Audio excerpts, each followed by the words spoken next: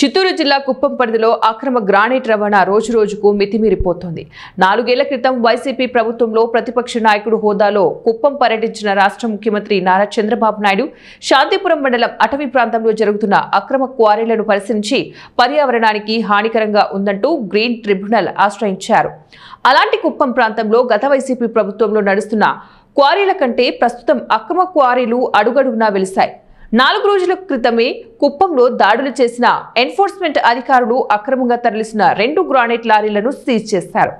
Seize చేసిన లారీల వ్యవహారాన్ని బయటకు పోకుండా గోప్యంగా ఉంచినట్లు సమాచారం. అయితే ఆ లారీలు ఏ నాయకుడి అండతోనో విడిపించారు తెలియదు. కానీ అక్రమ వ్యాపారం బహిర్గతంగా చర్యలు గోప్యంగా ఉంచుతూ ఉండటం, ఇక అక్రమ క్వారీల అడ్డుకట్ట ఎలా సాధ్యమంటూ ప్రజలు బహిరంగంగా విమర్శిస్తున్నారు. రాష్ట్ర ముఖ్యమంత్రి నారా చంద్రబాబు నాయుడు ప్రాతినిధ్యం వహిస్తున్న కుప్పంలో ఆయన కళ్ళుగప్పి ఇలాంటి పరిస్థితి నెలకొనడం సర్వత్రా విమర్శలకు దారితీస్తోంది.